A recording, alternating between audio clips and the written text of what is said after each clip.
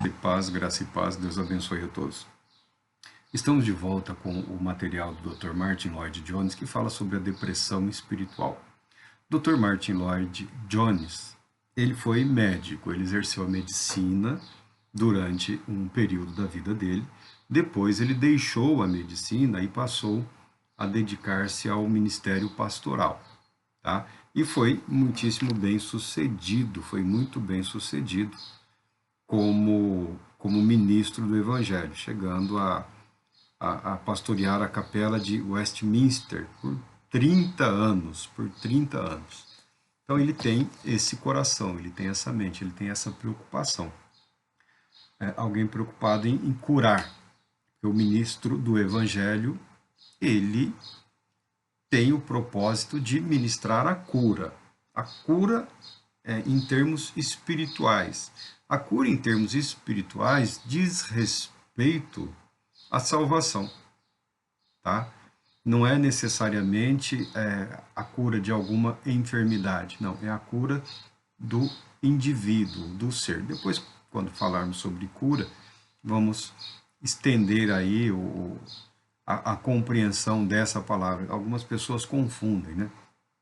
Algumas pessoas estão à procura de um milagre, de uma intervenção divina, proporcionando uma cura, mas que caracteriza como um milagre. A palavra cura, ela é abrangente, ela envolve o corpo e ela envolve a alma, ela envolve a totalidade do indivíduo.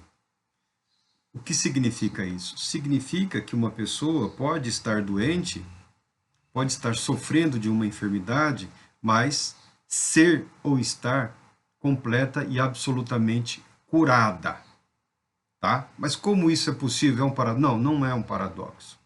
Isso é o significado. A pessoa pode ter sofrido a amputação de um membro, perder a visão, a audição, a capacidade de locomoção, e ainda assim ser uma pessoa totalmente curada diante de Deus. Essa é a atuação de Deus, é o ministério do Espírito Santo no que diz respeito à regeneração. E a questão da depressão espiritual, ela envolve a não apresentação ou a perda temporária da chamada alegria em relação às verdades espirituais. O porquê se perde essa alegria, o porquê desses períodos de depressão, o Dr. Martyn Lloyd-Jones ele trabalha aqui nesse livro as possibilidades, as causas e as possíveis curas para esse quadro de depressão espiritual. Nós temos que deixar claro que em nenhum momento o médico e ministro do Evangelho se opõe à prática da medicina, ele se opõe ou recusa ao uso de métodos, processos ou medicamentos que têm o objetivo de atenuar, aliviar o sofrimento do indivíduo que está passando por um período de depressão, um período de uma depressão crônica, seja ela decorrente de algum fenômeno, de algum fator, de algum evento na sua vida, ou algo recorrente por conta da própria natureza daquela pessoa, daquele indivíduo. Tá? Ele não está concorrendo, não há uma concorrência quando se fala das possíveis causas da depressão espiritual ou da depressão no ambiente religioso. Eu não diria que é um mito. Algumas pessoas mascaram, simplesmente procuram mascarar. Eu entendo que isso é perfeitamente normal na vida das pessoas. Isso é muito normal. Isso ocorre em alguns períodos em que a pessoa tem dificuldade para expressar a emoção, a alegria e por aí afora. Tá? Mas o Dr. Jones aqui, Martyn Lloyd-Jones, nesse primeiro capítulo, ele apresenta como uma das causas a dificuldade da pessoa, não na compreensão da fé em Cristo Jesus ou do pleno significado de Jesus Cristo na sua vida. A compreensão intelectual, isso ocorre. Ele fala de uma apreensão dessa verdade no que diz respeito ao sustento do próprio indivíduo, algo que diz respeito a um estado de consciência. Eu prefiro trabalhar em termos de estados de consciência, Porque depender de estados emocionais, afetivos, sentimentais, no que diz respeito ao ser humano, isso é muito preocupante, isso é muito perigoso. O ser humano, por exemplo, nós vivemos aqui no Brasil, somos emotivos, somos passionais, tá bom? E não só nós brasileiros, alguns acusam, mas não é bem verdade. Não é bem verdade. O ser humano assim o é. Quando você consegue atingir a pessoa no que diz respeito a alguns valores psicológicos, emocionais, você consegue influenciar essa pessoa, você consegue influenciar esse indivíduo. Eu entendo que boa parte da cultura religiosa que invadiu o Brasil nos últimos tempos, que alguns chamam de ativismo religioso, que busca disfarçar a superficialidade, né? Excesso de atividades, a igreja concorrendo com a vida familiar das pessoas, a igreja atrapalhando até a vida profissional, como se as pessoas tivessem que viver exclusivamente para a igreja, que a única expressão razoável de vida e de fé ocorre somente no ambiente eclesiástico, no ambiente religioso. Esse tipo de ativismo acaba gerando um quadro de depressão em algum momento, tá? Porque o excesso de atividade mascara a superficialidade dos eventos, ou a superficialidade da doutrinária, ou do conhecimento, ou do próprio propósito da vida cristã ou da vida religiosa. O fato é que as pessoas acabam enfrentando alguns períodos de depressão, ou outros, quando confrontados com a extensão do significado da fé em Cristo Jesus, acabam passando por um período de questionamento. Será que de fato eu creio? Será que a minha fé é verdadeira? Será que a minha fé é suficiente? Não, primeira coisa, Deus é infinitamente superior à nossa fé, tá bom? A Bíblia declara que sem fé é impossível agradar a Deus. Sem fé é impossível agradar a Deus. Mas Jesus declara que se tivermos fé mínima, que ele usa a parábola, uma comparação, analogia do grão de mostarda, uma fé mínima é capaz de remover obstáculos intransponíveis, né? Ordenará a montanha, ela se lançará no mar. A questão não é a quantidade de fé, é em quem a sua fé está fundamentada. Esse é o ponto. Não é o quão você é capaz de ser santo, mas o quanto esse Deus é capaz de nos santificar, nos purificar do pecado, tá? Quando firmada em Deus, na sua misericórdia, na sua graça, na sua bondade, há um equilíbrio e há uma saúde. Quando voltada para nós mesmos, acaba gerando desequilíbrio, acaba gerando complicações, turbulências. Quando a pessoa cai num quadro de depressão, isso não é necessariamente ruim, isso não é necessariamente catastrófico, é um período de avaliação, de reavaliação. É um olhar mais atento, é um prestar atenção em si mesmo e no ambiente à sua volta. A pessoa, quando cai em si, que essa é a ideia da depressão, isso não é necessariamente ruim. Esse é um período em que a pessoa não só pode, como deve, fazer uma autoavaliação, uma avaliação de si mesmo, da sua vida, dos seus princípios, dos seus atos, e buscar saber em quem a sua fé está fundamentada, se é nela própria ou se é na graça de Deus, pela fé em nosso Senhor e Salvador Jesus Cristo. Mas o Dr. Martin Lloyd-Jones, para terminar o primeiro capítulo dele, preocupado com essa cura, ele apresenta uma proposta para as pessoas que estão enfrentando. Ele diz o seguinte, ele apresenta como um teste, que é um meio para testarmos a nós mesmos se estamos em Cristo Jesus. Eu digo, portanto, que este é o teste, que você reconheça prontamente e declare com firmeza que está olhando para Cristo, e Cristo somente, e nada e ninguém mais, e que deixe de levar em consideração certos pecados e certas pessoas, ou seja, não olhe para mais ninguém a não ser Jesus Cristo. Deixar de levar em consideração pecados e pessoas é parar com esse negócio de ficar se comparando com outras pessoas. Se você quer se comparar com alguém, compare-se com Cristo Jesus. Nele você encontrará esperança, certeza de fé e terá restaurada a alegria da salvação. Ele sugere uma oração. Outra pessoa que trabalhou essa questão da depressão, da ansiedade, das questões psicológicas, emocionais ou mentais, levando em consideração o ambiente religioso, foi o Viktor Frankl. Viktor Frankl foi um médico austríaco, um judeu, é mais um judeu. Essa parte de psicanálise aí, os judeus apresentaram aí o desenvolvimento histórico e científico, desde Freud, que era judeu, se eu não me engano, todos os outros. E Viktor Frankl, ele acrescenta o aspecto espiritual, o aspecto da religiosidade humana como um dos fatores que podem levar a pessoa a um quadro de depressão e uma série de outros transtornos, uma série de outras condições desencadeadas por esse quadro, por esse ambiente religioso. Tem centenas de livros do Dr. Viktor Frankl. Eu tenho profundo respeito pela história dele. Eu acredito que o material dele é um dos que mais contribui para quem tem interesse nessa área, sempre levando em consideração que ele não era um entusiasmado, ele é um psiquiatra e neurologista. Então, era alguém muito voltado para essa área.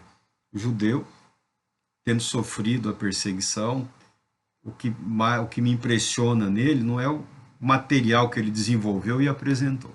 O que me impressiona é que esse material estava pronto antes da Segunda Guerra, antes do desencadear da perseguição. Ele foi preso, sobreviveu a campo de concentração. O material, a tese dele já estava pronta. Após passar tudo que ele passou, ele deu sequência ao seu trabalho. Ele não privou a humanidade da perspectiva que ele havia adquirido, né, nas suas pesquisas, no seu trabalho. E está chegando agora no Brasil, mas o material dele é muito, muito, muito antigo. O Dr. Martin Lloyd Jones, ele é pastor, ele é ministro do Evangelho no período pós-guerra, pós-Segunda Guerra, tá? No período de reconstrução da Europa. Né? Os ingleses, os franceses, os alemães estavam todos passando por esse processo de reconstrução, estavam reconstruindo, reorganizando as suas vidas. Então, obviamente, essas pessoas, muitas delas haviam enfrentado terrível sofrimento durante a guerra, ou eram ainda crianças ou sobreviventes daquele período. Então, os traumas são decorrentes da vida, da realidade. A nossa fé, quando confrontada com os nossos atos, podem gerar essa depressão, as expectativas.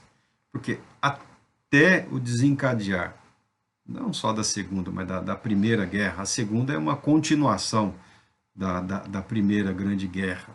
É uma guerra só, se você for estudar atentamente. Mas até um período antes, eles achavam que estavam construindo o paraíso na Terra, caminhavam para uma sociedade perfeita. A guerra só trouxe à tona a realidade do que é o ser humano, a realidade da natureza humana.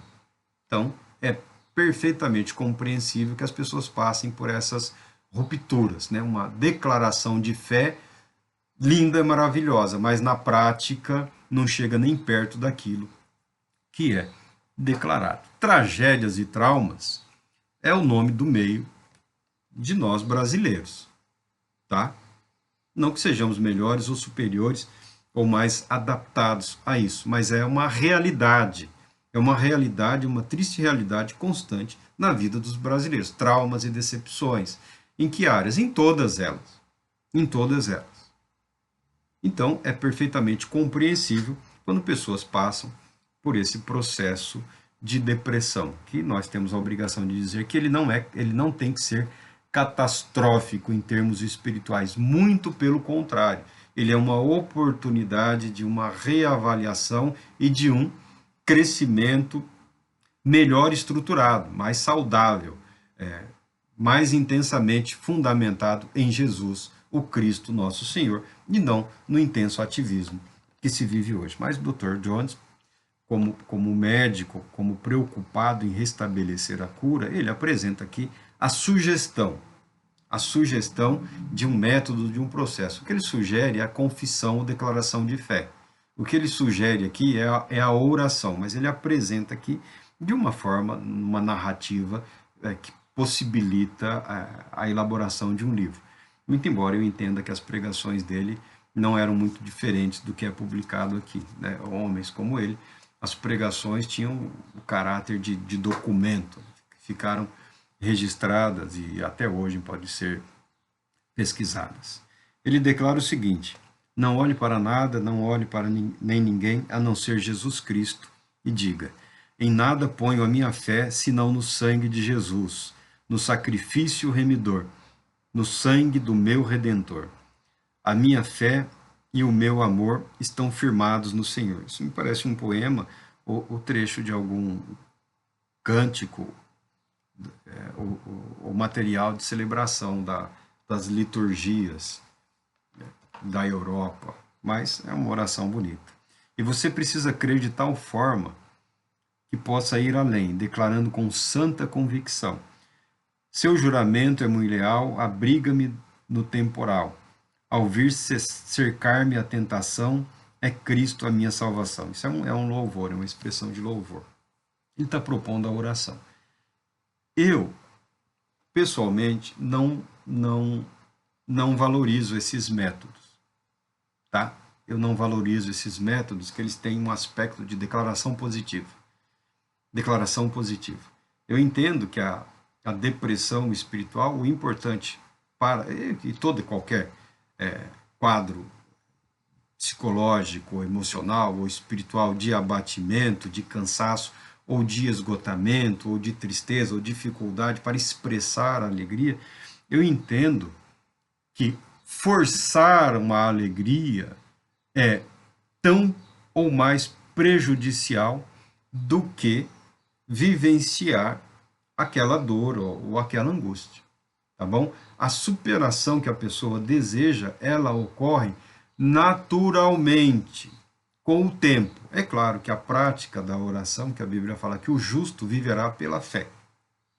O que eu discordo, não é a intenção do autor, mas o que eu discordo, porque hoje é muito, né, as declarações positivas, aí invadem as igrejas, os púlpitos, os livros, os recursos, diga isso, diga aquilo, negue isso, negue aquilo. Eu recomendo paciência, calma, é a vida.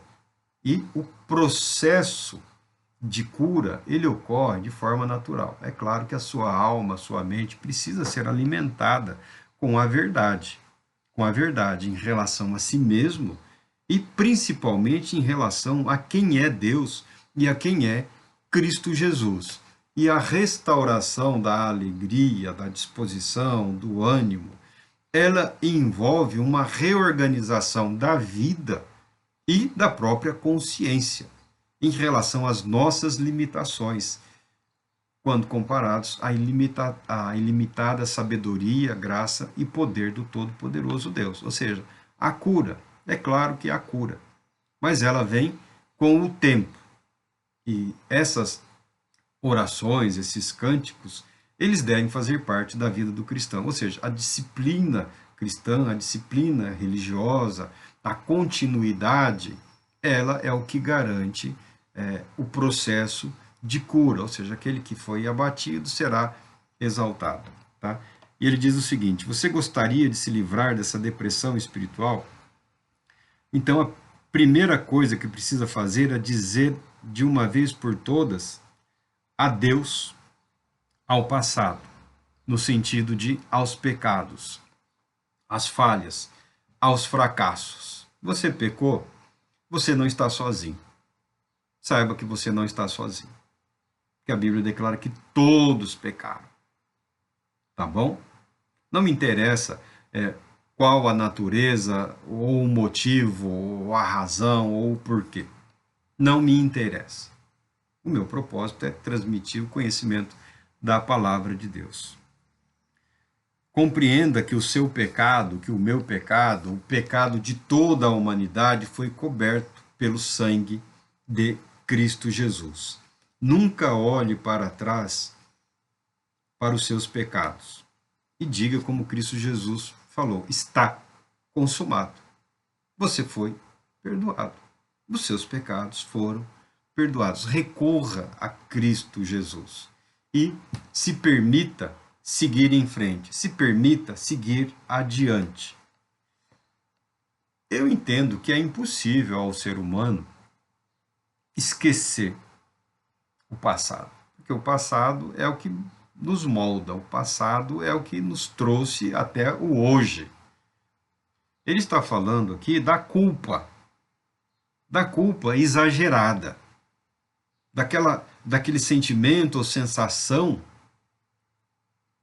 que atinge o coração, a mente da pessoa, a ponto dela esquecer-se de que o Deus justo, santo, também é aquele que perdoa, também é aquele que providenciou o perdão para os nossos pecados.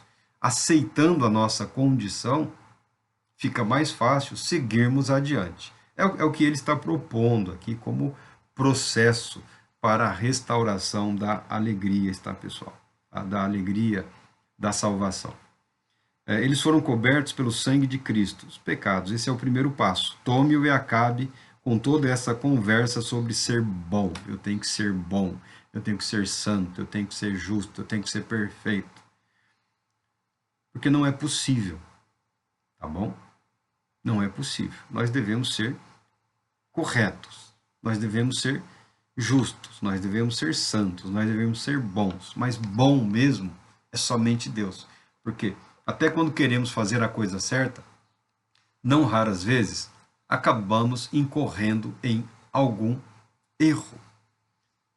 Deixar de lado essa paranoia pela perfeição ou pelo perfeccionismo cristão vai te ajudar a viver em função da alegria da salvação. Deus é infinitamente superior ao meu pecado. Deus é infinitamente superior à minha fé. Deus é infinitamente superior a toda bondade humana. É nesse Deus que nos resgata do pecado que está firmada a minha certeza, a minha esperança de vida eterna com Ele. Perfeição do outro lado da eternidade. Do lado de cá teremos dificuldades. Precisamos ser o mais corretos possíveis. Tá? Precisamos ser justos, precisamos ser corretos? Precisamos. Há um preço a ser pago, que chama-se coerência. Coerência. E é difícil. E envolve reconhecermos a dificuldade, a própria condição humana. E parar de viver em função dessas caricaturas, que hoje são muito abundantes, né? Na política, na religião, toda pessoa, caricaturas do político ideal, do ministro ideal, do cristão ideal, da mulher ideal. Isso não existe, isso é ridículo, isso é bizarro, isso é doentio, isso causa mais problemas na vida e na mente das pessoas do que aceitar a realidade de quem nós somos, tá bom? Somente então, esse é o primeiro passo, tome-o e acabe com toda essa conversa de ser bom e olhe para o Senhor Jesus Cristo. Somente então é que a verdadeira felicidade e alegria poderão ser suas. Você não precisa decidir viver uma vida melhor ou começar a jejuar, se esforçar e orar. Não, apenas diga, descanso a minha fé naquele que morreu para expiar as minhas transgressões, para perdoar, para cobrir as minhas transgressões. Olha, Ele não está negando a necessidade de uma vida de oração, de jejum, de meditação, de contemplação, de leitura da Bíblia. Não é isso que ele está dizendo, que essas coisas são inúteis ou desnecessárias. Ele está dizendo que essas coisas não são um meio de salvação, tá bom? Não são um meio de salvação. A nossa vida de oração, a nossa vida devocional, o devoto, deve ser mais em decorrência da nossa gratidão a Deus, porque Ele realizou por nós em Cristo Jesus, do que uma tentativa inútil e vã de sermos santos e perfeitos diante de um Deus perfeitamente justo, santo e bom. Esse é o fracasso de muitos, em todas as áreas da fé cristã.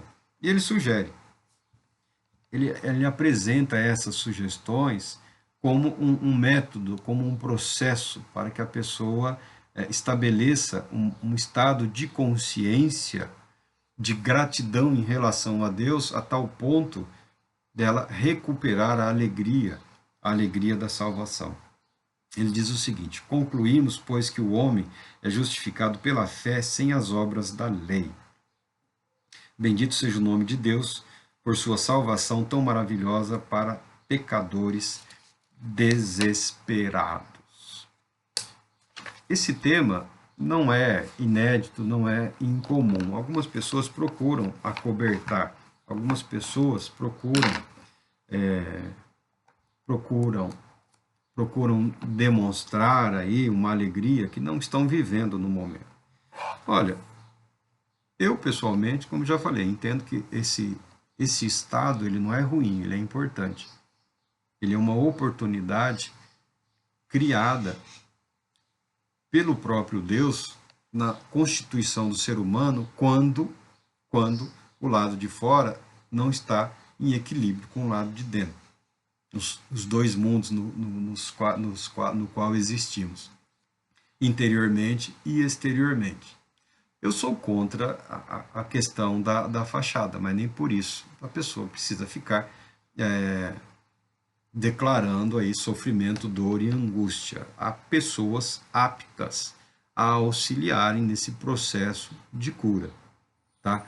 Não enfrentar não vai ajudar em absolutamente nada. Negar esse estado também não vai ajudar em absolutamente nada. O importante é saber que ele é passageiro e que a Bíblia declara que o justo viverá pela fé. O justo viverá pela fé. Essa alegria que a Bíblia fala, você encontra muito nos Salmos, esse prazer em Deus, eu sempre interpreto como um estado de consciência, porque o estado de consciência, quando estabelecido, ele resiste às angústias, ele resiste às oscilações emocionais da pessoa e do indivíduo. Tá? A pessoa firme na sua fé, a pessoa firme em Deus, ela tem trabalhado o seu estado mental, o seu estado de consciência, porque as emoções, elas são instáveis, tá? As emoções são instáveis. O uso das emoções como um meio ou como um veículo para alcançar aí uma espiritualidade também é um dos fatores que levam as pessoas a esse quadro de depressão espiritual, porque é um desgaste emocional muito intenso e quando a pessoa abre os olhos é impactado com uma realidade, tá bom? E só Deus é capaz de transformar a realidade. Nós não o somos, somente Deus, pela sua infinita graça, poder e misericórdia. Nós vivemos para Ele na realidade que Ele nos colocou. Deus Todo-Poderoso te abençoe, te proteja e te conceda a paz, muita paz.